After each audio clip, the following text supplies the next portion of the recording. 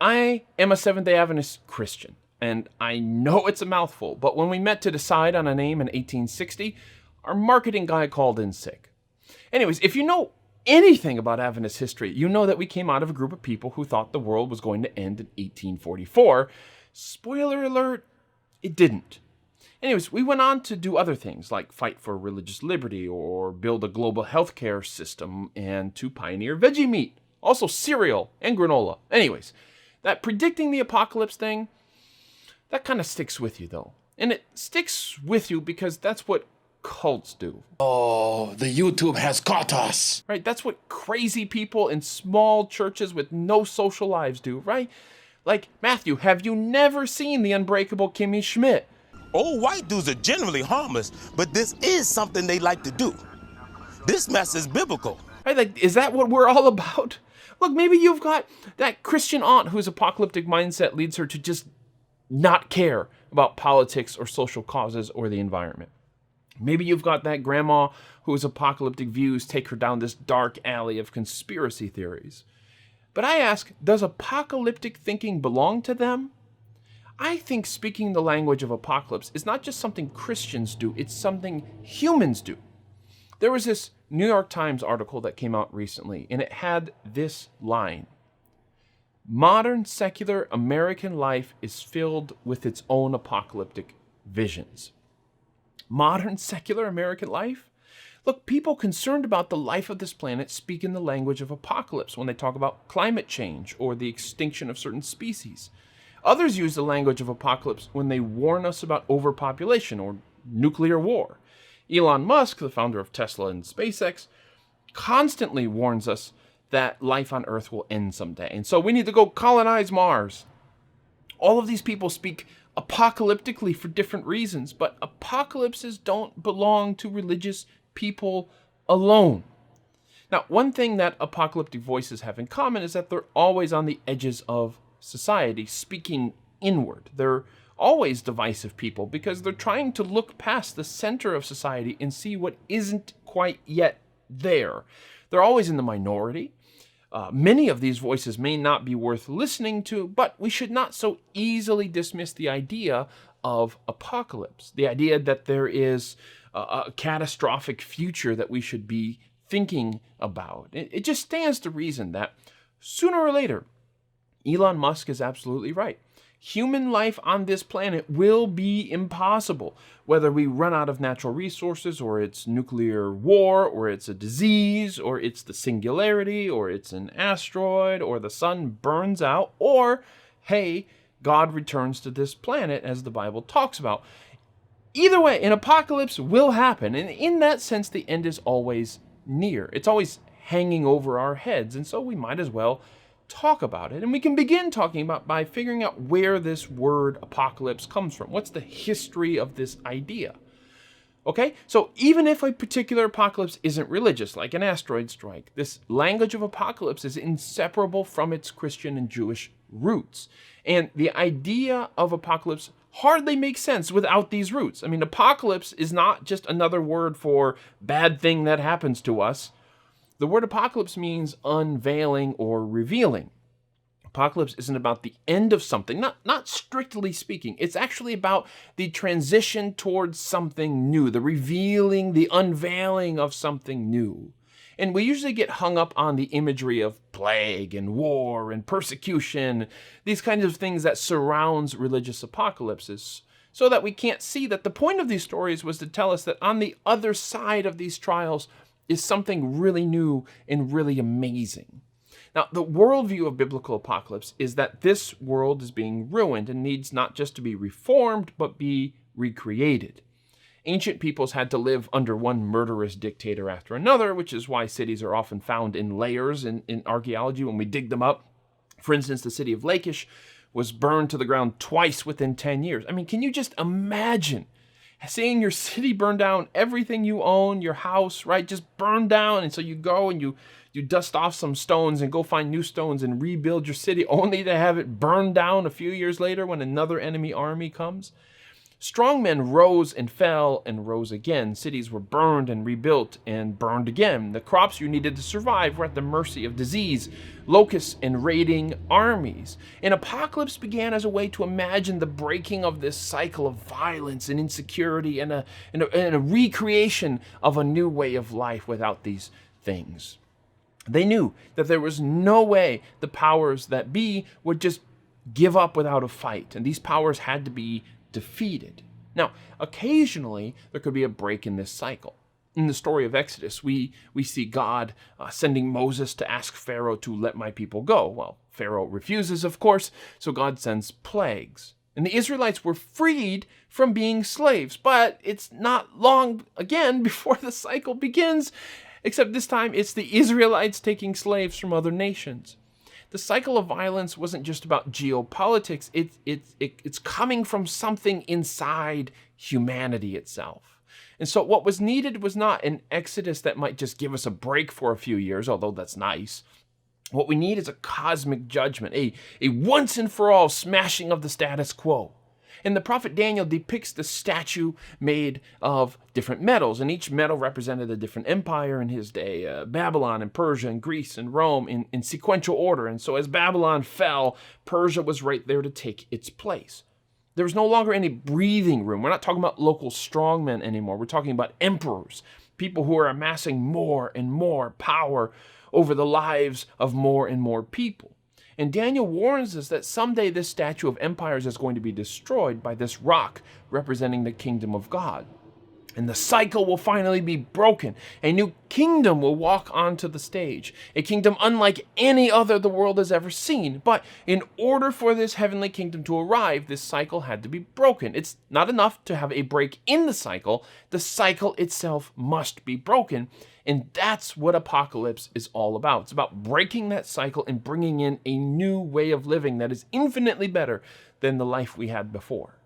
Okay, so I think you get the point. But like I said, I belong to a group of Christians who are notorious for our apocalyptic origins. I mean, granted, after 1844, we never scratched that end of the world itch, nor did we ever set dates for the end of the world, but we think it's soon, and it was soon in 1844, it was soon in 1900, and it's soon in 2020. It's always soon.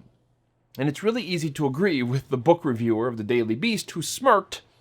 I admit, it's hard not to read American Apocalypse without smirking at a century of such failed prophecies. Will we ever learn?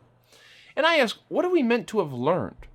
I mean, I think this book reviewer expects us to learn that we humans should stop predicting the apocalypse because we are always wrong in predicting the apocalypse. And that's true, okay? Granted. But the assumption here is that predicting the end isn't worthwhile simply because we don't know exactly when it is going to be. Now, to Adventists at least, the apocalypse isn't just an event, it's part of our way of life. We don't know when the apocalypse will happen, but we expect it. We expect it. Now, the philosopher Ludwig Wittgenstein gives us an example of what it means to expect something. He says if you're expecting someone to come over from tea and they say, well, be there about 4 to 4:30, and so you begin then, let's say 3:30, right? And you're going to go start getting the tea ready, and you're going to start thinking, does this person like chocolate? Would they like a muffin? Would they like some milk or something in their tea? And so you enter this kind of state of expectation, which is imaginative. You begin imagining the fulfillment of your expectation and working toward readiness, being ready for that reality. So maybe your guest comes at 4, maybe they come at 4:30, but it doesn't matter. You're ready regardless. And so if you truly expect an apocalypse, you prepare for it in advance. You live in a state of acceptance. You're making peace with the world to come. And more than that, you are imaginatively entering that world to come, even now. So apocalyptic thinking doesn't mean we abandon our world. Okay, I want to make that very clear. On the contrary, as a Christian, I have a responsibility for this planet. And when God returns, I want to show him that I took care of his creation as best as I could. Apocalyptic thinking does offer us a few other advantages. First, it reminds me that our time is precious. We don't know how long we have as humans, so let's work on building relationships with each other and doing the things that matter. Second, apocalyptic thinking also gives us perspective. Let's not be worried about the latest geopolitical thunder, right? this is not the end. This too shall pass. Because I don't know when the apocalypse will happen, I need to always be ready emotionally and spiritually. I remember I had this professor in college who told us what matters isn't how you begin the race in life, but it's how you end it, how you finish it. And he encouraged us to finish strong. So that means I'm living life reflecting from time to time on this idea. If it all ended now, was it a life well lived? Third, apocalyptic thinking also prepares us for the challenges of life. I expect trouble in the apocalypse. I don't know exactly what that trouble will be, but constantly choosing paths of ease and comfort won't help me be ready for that trouble. Fourth, apocalyptic thinking helps me live a life that's accountable. Jesus tells a parable in the Gospel of Luke about a master who entrusted his money to his servants before going away on a long trip, and he tells them, invest this for me while I'm gone. And when he returns, he judges the servants based on whether they had invested his money or not. And the message is clear. When Jesus is gone, or while Jesus is gone, he expects the people who claim to be his followers to be taking care of the things he's given them, his creation, including our fellow human beings. So apocalypse shouldn't just let us check out and go live on a mountain and not care what goes on in the world below. It should lead us to care more, not less.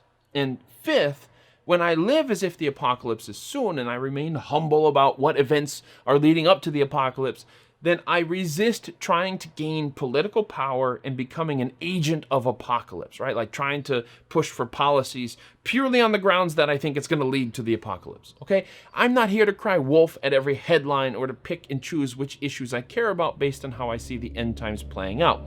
If I'm president, I'm not going to make geopolitical decisions based on my interpretation of Revelation. The end will happen when it happens. It's not my job to mess with it, only to expect it.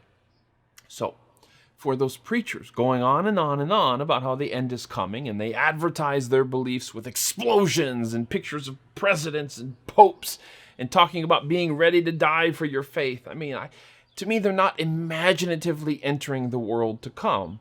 They're imagining a worse version of this world. Yes, we do expect trouble, but trouble only as a means to an end, a new creation.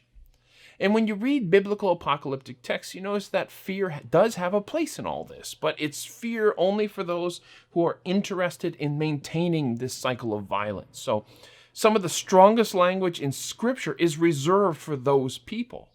For everyone else, apocalypse is a call for hope. Fear and hope are both powerful emotions, and those who traffic in them, those who want to proclaim them, must do so very responsibly. Apocalypse is bad news for the powers that be, but it is the best news possible for the oppressed, for those who are sick and tired of the unfairness of life, for those who see the beauty of this world being marred and it grieves them. It's good news for those who want more. So while many people call these extinction level events apocalypses, they aren't really apocalypses in the truest sense. These extinction events are just bad news. Game over. There's nothing on the other side of them. They're not revealing or unveiling any new reality except, a worse one. And it's usually the fault of human beings. And this has led to Todd May, a philosophy professor at Clemson, to openly wonder in the New York Times, it may well be, he writes, that the extinction of humanity would make the world better off and yet would be a tragedy. I don't want to say this for sure, since this issue is quite complex. But it certainly seems a live possibility, and that by itself disturbs me. Look, this is where Christian apocalypses and secular apocalypses differ. We are all agreed that there will be some kind of an apocalypse, but for Christians, this is something that brings us hope. Even if human beings cause a lot of evil in the world, we do a lot of damage, we still affirm the basic worth of human beings as people created in the image of God. We deserve to live, not because human beings are perfect, but because we have the fortune of being children of God. Okay, so you might be thinking, okay, fine, Matthew, the Christian apocalypse sounds better than secular apocalypses, but it's not about whether it sounds better, it's about whether it's true, and I will grant you that point. But hopefully we've at least made some progress in understanding the role of true apocalypse in the Christian life, and it helps us be at once more present, but also to be able to transcend the present by looking at ultimate ends and ultimate meaning. Those preachers who focus on doom and gloom aren't really living a Christian apocalypse. They're actually proclaiming a secular apocalypse with Christian characters in it. All right, there's no recreation is not the center of what they're saying, so it's not really a Christian apocalypse, and they're not offering hope to the people who need it the most. Apocalyptic living gives us focus, it gives us resilience, it gives us purpose, and best of all, it gives us hope. One of my favorite parts of Lord of the Rings is when Sam wakes up at the end and he's surprised to see his friends, and he says, "Gandalf, I thought you were dead, but then I thought I was dead. Is everything sad going to come untrue?" And that last line is the basic point of Apocalypse. Everything sad is going to come untrue. This is why I'm so fond of reminding people, whether they're riding high on life or they're struggling in the valley, the best is yet to come. And it's a blessing for me to be able to speak these words of hope into your life.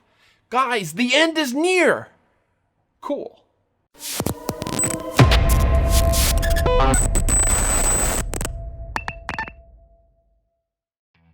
Look, I really appreciate you taking the time to watch this video. Time is a precious resource, and I'm truly honored that you spent 15 minutes listening to me. Now, here's my hard sell. We don't want your money. I don't have any books or DVDs to sell you. Project Atlas isn't about getting you to do something for me. It's not about getting something from you. But if you do want to do something, I'd encourage you to give to World Vision.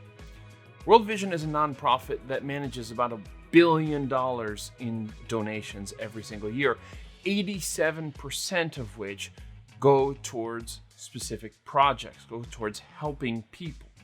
Now, they do great work getting clean water to kids around the world, and they're having a virtual race on May 16th, 2020, to raise awareness and funds for the need for clean water around the world. It is a great charity, and Charity Navigator gave it 100 points out of 100 points for transparency, which is really important to me. I hope you'll head over to teamworldvision.org and check out their good work. Now, my hope for you is that you experience peace and grace in your own lives. Maybe you grew up in a church and it was just in a Christian home, it just wasn't a good experience. You kind of got burned out, didn't really see the point of it, turned off. I hope that these Project Atlas videos might inspire you to look again, to take a deeper dive into the meaning of God. And if you live in Peoria, Illinois, where I pastor, you're welcome to come stop by my church and we can talk a little bit, play some Rocket League, whatever it is you want to do. I'd just be honored and excited to be part of the journey with you. And I just want to remind you as you go, the best is yet to come.